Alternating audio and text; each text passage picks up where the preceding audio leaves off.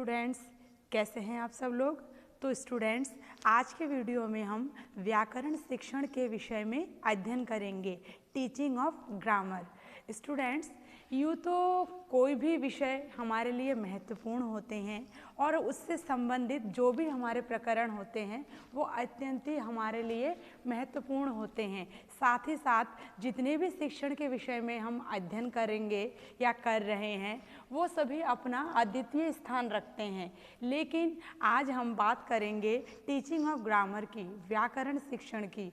जो व्याकरण है इसके बिना संस्कृत का शिक्षण अधूरा माना जाता है और व्याकरण संस्कृत का एक अभिन्न अंग है। ठीक है, तो स्टार्ट करते हैं। जो व्याकरण है उसकी शिक्षा के बिना भाषा की शिक्षा कभी भी हमारे लिए पूर्ण नहीं होती। वास्तव में व्याकरण ही क्या होती है, हमारी भाषा का शासक होती है और व्याकरण के नियमों का अगर हम सही से पालन नहीं करते हैं तो जो हमारी भाषा है वो व्यर्थित हो जाती है या उच्च श्रृंखल हो जाती है, अपने क्रम से विपरीत हो जाती है। ठीक है, तो इसीलिए हमें व्याकरण शिक्षण के बारे में जानकारी अत्यंत होनी चाहिए और इसके साथ साथ व्याकरण के जितने भी सूत्र, संधि, समास, उपसर्ग ये सब बताए गए हैं, इनके बारे में हमें जानकारी होनी चाहिए और इसके साथ साथ कि हमें कहाँ पर कौन से शब्द का कब प्रयोग करना है ये भी ज्ञात होना चाहिए। इन सब की जानकारी हम कैसे अर्जित कर सकते हैं, जब हम व्याकरण का अध्ययन करेंगे। जैसे पंडित सीताराम चतुर्वेदी थे, वो अपने शब्दों में कहते थे कि जो भाषा है उसको रथ और जो भाव है उसको रथी मान ले तो व्याकरण को हम सारथी मान सकते हैं, क्योंकि उनके अनुसार व्याकरण ही भाषा रूपी रथ को ठीक लोक पर इस प्रकार चलाता है कि इच्छित भाव सरलता से अपने गंतव्य स्थान पर पहुंच जाते हैं। हम अपने शब्द में ऐसे कह सकते हैं कि व्याकरण की शिक्षा भाषा शिक्षा का एक अभिन्न अंग है और भाषा को शुद्ध बनाए रखने का काम कौन करते हैं, व्याकरण ही करते हैं। और व्याकरण की विभिन्न शिक्षण प्रणालियों का अध्ययन करने से पहले हमें व्याकरण के विषय में जानना होगा कि व्याकरण की परिभाषा, उसका महत्व और उद्देश्य क्या है। तभी हम ये जान सकते हैं कि व्याकरण संबंधी जितनी भी विचारधाराएं हैं वो वास्तव में किस प्रकार से व्यक्त की गई थी और क्या हम वास्तव में व्याकरण की शिक्षा के बिना भाषा को प्रकट कर सकते हैं, नहीं कर सकते हैं, क्योंकि व्याकरण ही क्या है, हमारी भाषा का शासक है। ठीक है, इसके लिए सबसे पहले देखिए हम किसके बारे में अध्ययन करेंगे, डेफिनेशंस, जो व्याकरण की परिभाषा है उसके बारे में। ठीक है, जो व्याकरण है इस शब्द की उत्पत्ति वी प्लस आ प्लस क्र प्लस ल्यूट प्रत्यय के योग से हुई है, जिसका अभिप्राय होता है व्याक्रियन्ते शब्दायेन, अर्थात जिसके द्वारा अर्थ स्वरूप से शब्दों की सिद्धि होती है और शब्दों की पूर्ति होती है। व्याकरण शब्दों का अनुशासक ही है, इसलिए जिसके द्वारा स्वरूप से अर्थ को प्रकट कर सकते हैं वही हमारे लिए क्या है, व्याकरण है। या फिर जिन शब्दों की उत्पत्ति, विश्लेषण और विवेचन आदि किया जाए वह क्या है, व्याकरण है। इस प्रकार वह शास्त्र जिसमें किसी भाषा के शुद्ध रूपों और वाक्यों के प्रयोगों के नियमों आदि का निरूपण होता है उसे व्याकरण कहते हैं। जैसा अभी बताया था कि हमें कहाँ पर कौन से उपसर्ग, प्रत्यय, विसर्ग, संधि इनका प्रयोग करना होता है, कहाँ पर कौन से रूप का प्रयोग करना है, कौन से नियम का पालन करना है, इन सब के बारे में जो हमें ज्ञात कराते हैं वही व्याकरण शिक्षण है।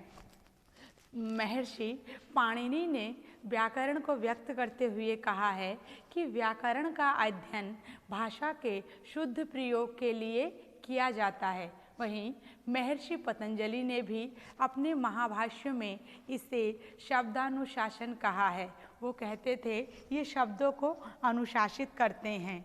आचार्य हेमचंद्र भी इसी विचारधारा के समर्थक थे और वहीं पे जो स्वीट महोदय थे वो मानते थे कि व्याकरण को भाषा का व्यवहारिक विश्लेषण मानना चाहिए, क्योंकि व्याकरण को हम अपने व्यवहारिक जीवन में प्रयोग करते हैं।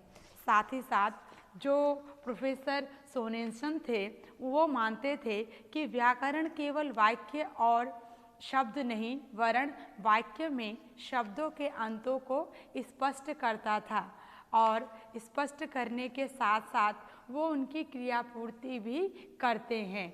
तो हम अपने शब्दों में ऐसे भी कह सकते हैं कि व्याकरण की जो रचना है वो व्याख्या से अधिक नहीं है, अर्थात इसके अंदर हम भाषा रचना का ज्ञान करते हैं। जो भी वाक्यों में आए शब्द है उन समूहों के अंदर अंतर को हम स्पष्ट करते हैं। फिर भाषा संबंधी कुछ विशेष प्रयोग हमें कब करना है, क्या करना है, इनका भी अध्ययन करना है। और सबसे कि भाषा से संबंधित जितनी भी नियमावली है उनका अवलोकन कौन कराता है? संस्कृत व्याकरण कराता है। और वास्तव में वही संस्कृत व्याकरण है जिसके द्वारा हम शुद्ध रूप और वाक्यों के प्रयोग और नियम आदि का निरूपण कर सकते हैं, जिसके द्वारा हम विवेचन कर सकते हैं। वही क्या कहलाता है? व्याकरण कहलाता है। ठीक है, आप देखिए व्याकरण का महत्व, जहाँ उसकी परिभाषा के बारे में हमने जाना, उसके महत्व के बारे में भी जानना होगा कि क्या महत्व है। जो संस्कृत भाषा है उसमें व्याकरण का विशेष महत्व है। विशेष महत्व जो पाणिनि थे उनकी रचना अष्टाध्यायी, वो भी उच्च कोटि का व्याकरण ग्रंथ है। पतंजलि का महाभाष्य, भट्टोजी दीक्षित की सिद्धांत कौमुदी इस दिशा में उल्लेखनीय ग्रंथ हैं। और पतंजलि ने महाभाष्य में व्याकरण को शब्दानुशासन कहा है। यह बात हमें ध्यान देने योग्य है कि व्याकरण हमारे लिए कोई काल्पनिक नियम नहीं बनाता, वह भाषा के आगे आगे नहीं चलता। व्याकरण शब्दों का शासन नहीं करता, उनका क्या करता है? अनुशासन करता है। भाषा का जो प्रवाह है जनसाधारण द्वारा प्रकट होता है, व्याकरण उस प्रवाह को व्यवस्थित करता है। वह प्रचलित भाषा के नियमों की खोज करता है। ध्यान रहे, वह नियमों को खोजता है, नए नियम नहीं बनाता। इसलिए ही तो व्याकरण को क्या कहा गया है? शब्दानुशासन कहा गया है। किंतु इसका अर्थ हम ऐसे कह सकते हैं कि व्याकरण की शिक्षा गौण है। लेकिन आजकल क्या होता है, कुछ इस प्रकार की मनोवृत्ति दिखाई दे रही है कि लोग क्या समझते हैं, व्याकरण झंझट है, कुछ झमेला है। कुछ लोगों के अनुसार भाषा ज्ञान के लिए व्याकरण की शिक्षा आवश्यक नहीं है। यह विचार अलग अलग है, लेकिन भाषा के लिए ये अत्यंत उपयोगी है और संस्कृत भाषा के लिए ये सबसे बड़ा घातक है अगर हम व्याकरण का अध्ययन नहीं करेंगे। इसीलिए संस्कृत भाषा में व्याकरण का स्थान निर्विवाद है। बिना व्याकरण के सही ज्ञान के हम संस्कृत भाषा का ज्ञान पूर्ण नहीं कर सकते हैं। अतः हम सभी को शुद्ध और परिष्कृत संस्कृत सीखने के लिए व्याकरण सीखना अनिवार्य है। व्याकरण की महत्ता को प्रकट करते हुए पतंजलि ने कहा है कि इसके 6 वेदांग माने गए हैं। 6 वेदांगों में व्याकरण प्रधान है। उन्होंने इसको अपने शब्दों में इस प्रकार प्रकट किया था: ब्राह्मणो निष्कारणो धर्मणो संडंगो वेदोदयो ज्ञाश्चति प्रधाने चमचटेक्षु व्याकरण। अर्थात एक अन्य स्थान पर छंद को वेदों के बाद तथा व्याकरण को मुख्य माना गया है। जैसे छंदम पादम तुम वेदस्य मुख व्याकरण स्मृता। व्याकरण को शब्दानुशासन भी कहा जाता है, वो अभी बताया था। और वेदकाल का जो दृष्टांत है उसमें ये उल्लेखनीय है कि जितने भी महान पुरुष थे या जितने भी विदुषी थे वो लोग क्या करते थे, बिना व्याकरण के ज्ञान के अपना ज्ञान अपूर्ण मानते थे। इसके लिए व्याकरण का ज्ञान अत्यंत होना आवश्यक है। जो कालिदास थे उन्होंने क्या किया था, एक बार किसी पंडित के यहाँ वो वेश बदलकर कहार का कार्य कर रहे थे। तो पंडित ने एक दिन उनसे पूछा था कि अयमान दिन लिंगो दंडम स्कंधे किम तवम बाधिते। क्या इस पालिकी का दंड आपके कंधे पर पड़ रहा है? इस पर उन्होंने उत्तर दिया था, न बाधते तथा माहिम यथा बाधिते बाधिते, अर्थात पालकी का दंड उतना कष्ट नहीं दे रहा जितना आपका बाधते के स्थान पर बाधती शब्द का प्रयोग। इससे सहज रूप से व्याकरण के महत्व को समझा जा सकता है। और जो हमारा भारतीय संविधान है उसके अनुच्छेद 351 में भी इसको महत्वपूर्ण माना गया है। अतः जो व्याकरण शिक्षण है वो निर्विवाद है और संस्कृत के व्याकरण की शिक्षा को रुचिकर बनाना हमारे लिए असंभव नहीं है। हाँ, कठिन अवश्य है, लेकिन यही है कि हमें संस्कृत की महत्ता को देखते हुए, इसकी आवश्यकता को देखते हुए व्याकरण के बारे में भी ज्ञान होना अत्यंत आवश्यक है। और बिना व्याकरण शिक्षण के हम संस्कृत का ज्ञान अर्जित करने में सक्षम नहीं हो सकते हैं। ठीक है, अब है संस्कृत शिक्षण में जो व्याकरण शिक्षण है उसकी उपयोगिता, उसका हम उपयोग कैसे कर सकते हैं। अब संस्कृत भाषा वर्तमान समय में जनमानस की भाषा नहीं है, लेकिन इसके महत्व को देखते हुए इसका शिक्षण अवश्य प्रतीत होता है। जैसे जो आचार्य वररुचि थे उन्होंने व्याकरण शिक्षण के 5 प्रयोजन बताए थे कि इन प्रयोजन के अनुसार ही व्याकरण शिक्षण का उपयोग किया जाएगा। सर्वप्रथम रक्षा जो वेद ज्ञान के अजस्र स्रोत है, इससे उपलब्ध विषय वस्तु सूत्र रूप में ही है, जिसकी सही जानकारी के लिए संस्कृत व्याकरण का ज्ञान अत्यंत आवश्यक है। ऊहा का अभिप्राय होता है नए पदों की रचना की कल्पना, अर्थात सृजनात्मकता के विकास के लिए व्याकरण का ज्ञान आवश्यक है। फिर आगम, वेदों की प्रामाणिकता को स्वीकार करना, अतः प्रत्येक द्विज का कर्तव्य है कि वह वेद का ज्ञान प्राप्त करे, इसके लिए व्याकरण का ज्ञान आवश्यक है।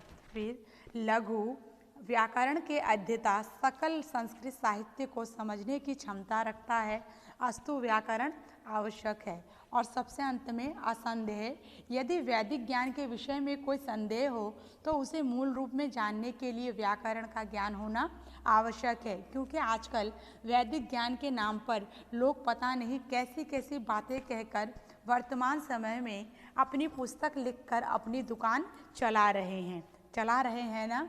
तो इस कारण से इसकी उपयोगिता समझी गई और इसी के अनुसार जैसे जैसे हमारी आवश्यकता होती है उसकी हम उपयोग कर सकते हैं, किसकी, व्याकरण शिक्षण की। ठीक है, इसके पश्चात संस्कृत व्याकरण शिक्षण के उद्देश्य वही हैं।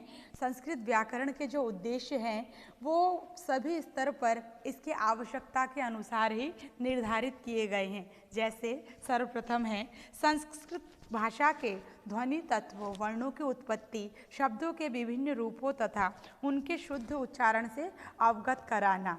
द्वितीय, संस्कृत भाषा को समझने तथा व्याकरण के नियमों का ज्ञान देकर उसे प्रयोग करने की क्षमता का छात्रों में विकास करना। तृतीय, छात्रों में तर्क शक्ति, रचनात्मक प्रवृत्ति का विकास करना। उसके पश्चात भाषा के शुद्ध रूप व गुण दोष की पहचानने की शक्ति प्रदान करना, जिससे वे शुद्ध रूप बोल सके। उसके पश्चात छात्रों के शब्दकोश में वृद्धि करना और सबसे अंत में व्याकरण के ज्ञान द्वारा छात्रों में संस्कृत साहित्य के प्रति रुचि जागृत करना। जब संस्कृत साहित्य के प्रति रुचि होगी तो वो व्याकरण का ज्ञान अर्जित करने के लिए अधिक सक्षम हो सकेंगे। अब हम व्याकरण शिक्षण की विधियों को जानेंगे कि संस्कृत व्याकरण को रोचक, सरल और सुगम बनाने के लिए कौन कौन सी शिक्षण विधियाँ आवश्यक हैं।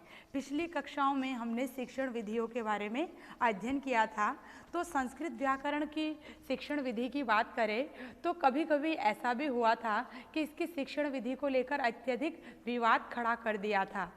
वर्तमान तथाकथित मनोवैज्ञानिक सिद्धांतों ने व्याकरण शिक्षण में बड़ी स्थिरता भी ला दी थी।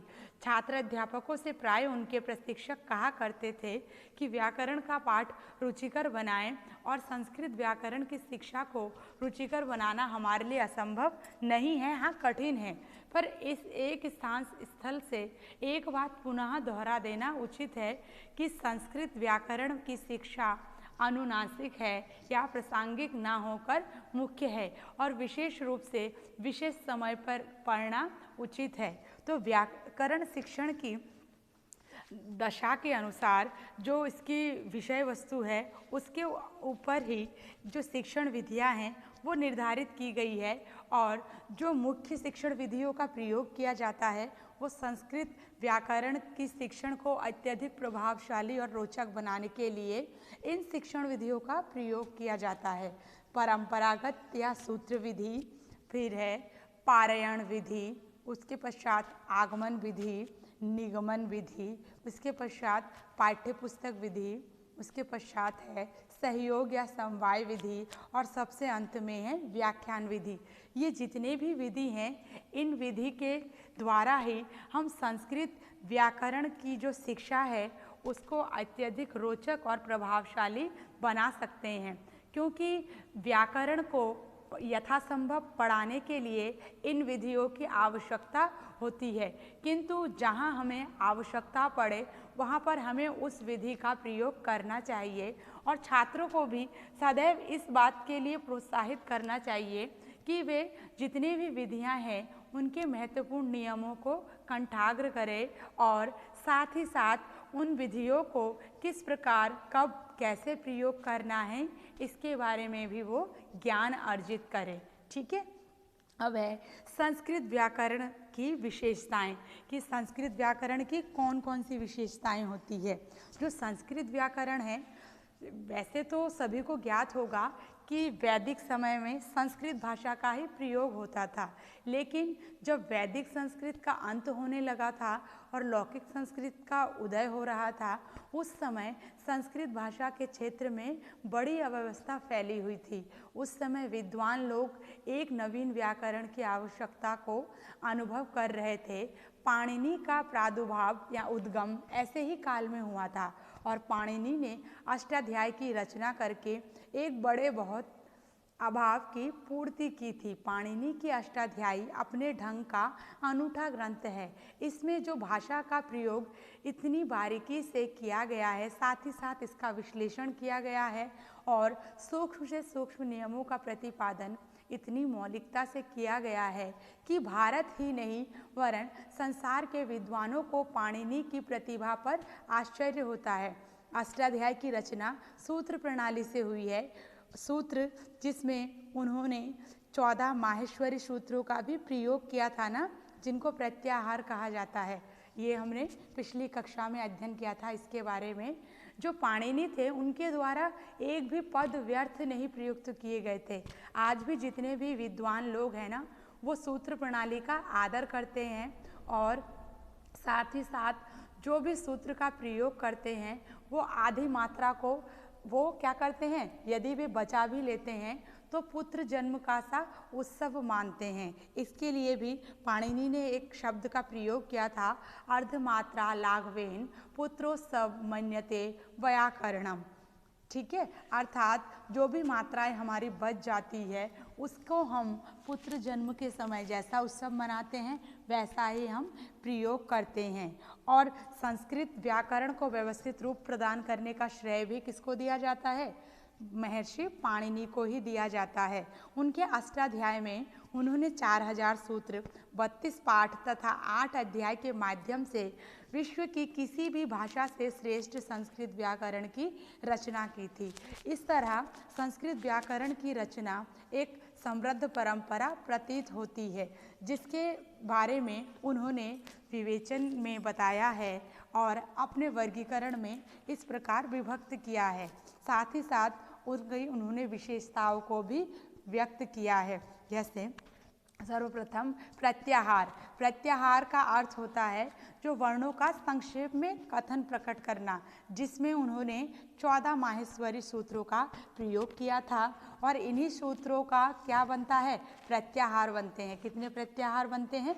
42 प्रत्याहार बनते हैं। ठीक है, इसके पश्चात उन्होंने गण व धातुएं, उन्होंने समस्त धातुओं को 10 गणों में विभक्त किया था और साथ ही साथ उन्होंने एक अन्य वर्गीकरण के अनुसार धातुओं को बताया था कि तीन प्रकार की होती है, आत्मनेपदे, परस्मैनेपदे, उभयपदे। और ये भी कहा था कि गणों का आधार क्या है, धातु है, और धातुओं का वर्गीकरण गणों के रूप में किया गया है। इस प्रकार इनका भी आधार धातु साथ साथ ध्वनि भी है। और संस्कृत में 1110 धातुएं विवादी है, और इन्हीं का ज्ञान प्राप्त करके संस्कृत वाक्य की रचना कर सकते हैं। फिर संधि, जो संस्कृत है उसमें संधि का ज्ञान अनिवार्य है, इसके बिना हम सूत्र या मंत्रों का सही अर्थ प्राप्त नहीं कर सकते हैं। फिर समास, संधि की तरह समास भी आवश्यक है। संस्कृत में प्रमुख रूप से 4 प्रकार के समास, द्वंद्व, तत्पुरुष, बहुव्रीहि, अव्ययी भाव होते हैं, और कर्मधारय और द्विगु तत्पुरुष के ही भेद माने जाते हैं। फिर लिंग, संस्कृत में लिंग का संबंध शब्दों से होता है, ना कि शब्दों से व्यक्त होने वाले पदार्थों से। और संस्कृत में लिंग का निर्धारण कठिनाई से होता है, इसलिए जो भी छात्र हैं उनको इनका ज्ञान अवश्य देना चाहिए। और लिंग तो 3 होते हैं, पुल्लिंग, स्त्रीलिंग और नपुंसकलिंग। इसके पश्चात वचन, संस्कृत में 3 वचन, एक वचन, द्विवचन एवं बहुवचन होते हैं, जबकि हिंदी और अंग्रेजी में क्या होते हैं, 2 ही वचन होते हैं, एक वचन और बहुवचन। फिर कारक, संस्कृत में निम्नलिखित 6 कारक होते हैं, कर्ता, कर्मम, चम कारणम, चम संप्रदानम, तथैव च अपादानम, अधिकरणम, मिथ्याहुम, कारणिकम, सटम। जो संबंध का क्रिया से क्या होता है, सीधा संबंध ना होने के कारण ही कारक नहीं माना जाता, तथा संबोधन में प्रथमा विभक्ति के अतिरिक्त कोई अन्य विभक्ति नहीं लगती, इसलिए संस्कृत में इन्हें विभक्ति नहीं माना जाता है। इसके पश्चात पुरुष, संस्कृत में 3 पुरुष, प्रथम पुरुष, मध्यम पुरुष और उत्तम पुरुष होते हैं। फिर विभक्ति, संस्कृत भाषा में नाम शब्दों के साथ जो प्रत्यय जुड़ते हैं उनके 7 विभाग होते हैं, प्रत्येक विभाग को विभक्ति कहा जाता है। वो इस प्रकार से होते हैं, प्रथमा, द्वितीया, तृतीया, चतुर्थी, पंचमी, षष्ठी और सप्तमी। फिर उसके पश्चात है विशेषण, संस्कृत में अनिवार्य रूप से विशेष के अनुसार ही विशेषण का प्रयोग किया जाता है, और विशेषण का लिंग और वचन निर्धारित होता है, जबकि अंग्रेजी में सभी लिंगों के साथ समान विशेषण लगता है, और हिंदी भाषा में यहाँ वैकल्पिक है। फिर उसके पश्चात काल, लकार बोलते हैं ना जिसे, विभिन्न क्रियाओं का ज्ञान कराते समय काल का ज्ञान होना आवश्यक है। संस्कृत में 10 काल या लकार माने जाते हैं, लट, लिट, लिट, लोट, लिट, लिंग, लंग, विधिलिंग। इनमें से केवल 5 लकार लो, लिट, लोट, लिट, लिंग, लंग का ज्ञान करा देना पर्याप्त होता है, किसके लिए, संस्कृत व्याकरण के लिए। उसके पश्चात है उपसर्ग, उपसर्गों के योग से धातुओं के अर्थ बदल जाते हैं, इसलिए संस्कृत में इसका बहुत ही महत्व होता है, और इनके बिना निर्वद्ध अव्यय भी कहे जाते हैं, क्योंकि इनका कोई क्या होता है, अपना अर्थ नहीं होता है। जो कुछ प्रमुख उपसर्ग होते हैं ना, वो होते हैं प्र, प्रा, अप, सम, अनु, विस, निस, अभि, अति, स्र, प्रति, परि और उप आदि। इसके पश्चात है अव्यय, अव्यय, अभी इसका प्रयोग किया था। अव्यय स्वतंत्र रूप से प्रयुक्त होते हैं, और जितनी भी विभक्तियां हैं लिंगों वचनों में ये समान होते हैं, इसलिए अद्य, अधुना, अत्र, अता, इवा, एवा, पुनः, किलिहि, हयम, श्वा, अधा, उपरि, तथा, कुतम, इन सभी में जो भी शब्द का प्रयोग किया गया है वो क्या है, अव्यय है। और व्याकरण में अपना ध्वनि विचार, शब्द विचार, अर्थ विचार तथा वाक्य विचार होता है, और इन्हीं के द्वारा व्याकरण शिक्षण हम संपन्न करते हैं। इनके बिना व्याकरण का शिक्षण संपूर्ण नहीं माना जा सकता, ठीक है। और व्याकरण शिक्षण को प्रभावशाली बनाने के लिए हमें वर्तमान समय में ऐसे कार्य करने चाहिए जिससे व्याकरण की शिक्षा हम अधिक से अधिक छात्रों को प्रदान कर सके। छात्र जो भी अभ्यास करे वो अधिकाधिक कर सके। जो विषय वस्तु का हम निर्माण करें वो छात्रों के मानसिक स्तर के अनुकूल हो, उदाहरणों के साथ व्यावहारिक रूप में प्रस्तुत करनी चाहिए। और व्याकरण शिक्षण को और अत्यधिक प्रभावशाली बनाने के लिए शिक्षक को क्या करना चाहिए, सहायक सामग्री का प्रयोग करना चाहिए और साथ ही साथ मनोवैज्ञानिक विधियों द्वारा पढ़ाना चाहिए। और जो शिक्षण के तीनों स्तर थे, उन स्तरों पर व्याकरण के नियमों के द्वारा हमें उन्हें व्याकरण के विषय में अवगत कराना चाहिए और जो भी नियम हैं उनको ये प्रयत्न करना चाहिए अध्यापक को कि नियमों को कंठस्थ करने की अपेक्षा रचना तथा अनुवाद को हम प्रैक्टिस करवाएं या व्यावहारिक रूप से उनसे करवाएं और जो भी अनुवाद है उन अशुद्धियों को ठीक कराने पर बल देना चाहिए तथा शुद्ध अभ्यास का कराया जाना चाहिए। जितना हम